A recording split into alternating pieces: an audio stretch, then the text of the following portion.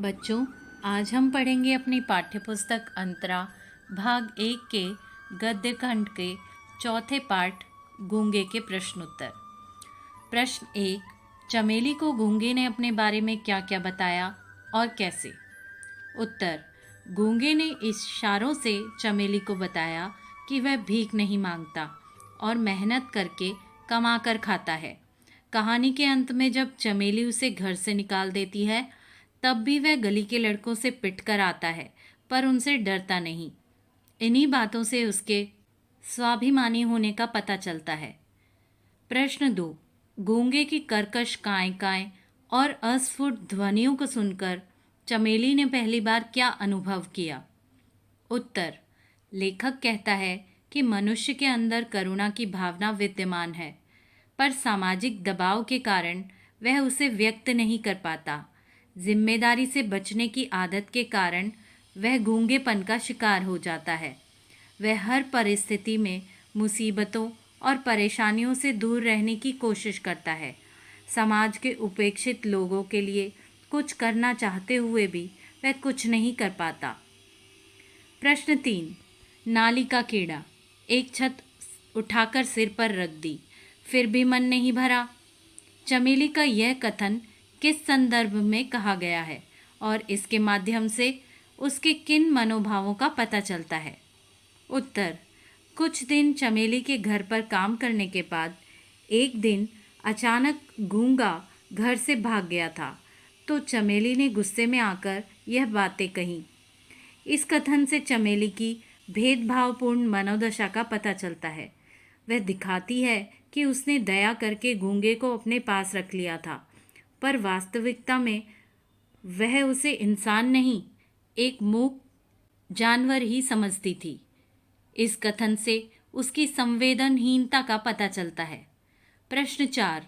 यदि बसंता गूंगा होता तो आपकी दृष्टि में चमेली का व्यवहार उसके प्रति कैसा होता? उत्तर। यदि बसंता गूंगा होता तो चमेली का व्यवहार उसके प्रति बिल्कुल अलग होता।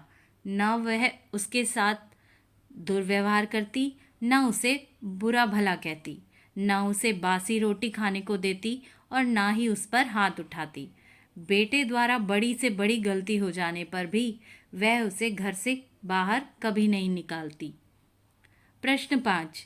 उसकी आंखों में पानी भरा था, जैसे उनमें एक शिकायत थी, पक्षपात के प्रति तिरस्कार था। क्यों? उत्तर। चमेली के बेटे ने गूंगे के साथ दुर्व्यवहार किया, पर चमेली ने सब कुछ जानते हुए भी अपने बेटे का ही पक्ष लिया। इस बात से गूंगा बहुत आहत हुआ। वह बसंता के झूठे आरोप के बारे में चमेली को बताना चाहता था, परंतु गूंगा होने के कारण बता न सका और उसके मन की दशा उसकी आंखों में झलकने लगी। चमेली की उसकी बात ना समझने और पक्षपातपूर्ण व्यवहार करने को वह सहन न कर सका और भावुक हो गया। प्रश्न 6। गूंगा दया या सहानुभूति नहीं, अधिकार चाहता था, सिद्ध कीजिए। उत्तर। गूंगा आम आदमी की तरह ही अपना अधिकार पाना चाहता था।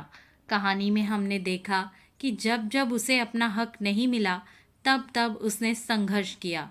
जैसे बसंता से लड़ाई होने पर भी उसने उसे छोटा समझकर छोड़ दिया, परंतु चमेली को यह एहसास कराया कि उसकी गलती नहीं थी। फिर घर से निकाले जाने पर भी जब गली में कुछ लड़के उसे सताते हैं तो वह उनसे भिड़ जाता है, पर दबता नहीं। यही बातें सिद्ध करती हैं कि उसे दया नहीं बल्कि अधिकार चाहिए था। प्रश्न 7। गूंगे कहानी पढ़कर आपके मन में कौन से भाव उत्पन्न होते हैं और क्यों? उत्तर। इस कहानी को पढ़कर हमारे मन में शारीरिक रूप से अक्षम लोगों के लिए करुणा का भाव उत्पन्न होता है। हमारा समाज विकलांगों के साथ दुर्व्यवहार करता है, उनकी क्षमता को विकसित नहीं होने दिया जाता। समाज को इन लोगों के प्रति संवेदनशील और सहृदय होना चाहिए और उन्हें भी आगे बढ़ने के अवसर प्राप्त होने चाहिए, परंतु वास्तविक स्थिति एकदम उलट है। प्रश्न 8। कहानी का शीर्षक गूंगे है, जबकि कहानी में एक ही गूंगा पात्र है। इसके माध्यम से लेखिका ने समाज की किस प्रवृत्ति की ओर संकेत किया है?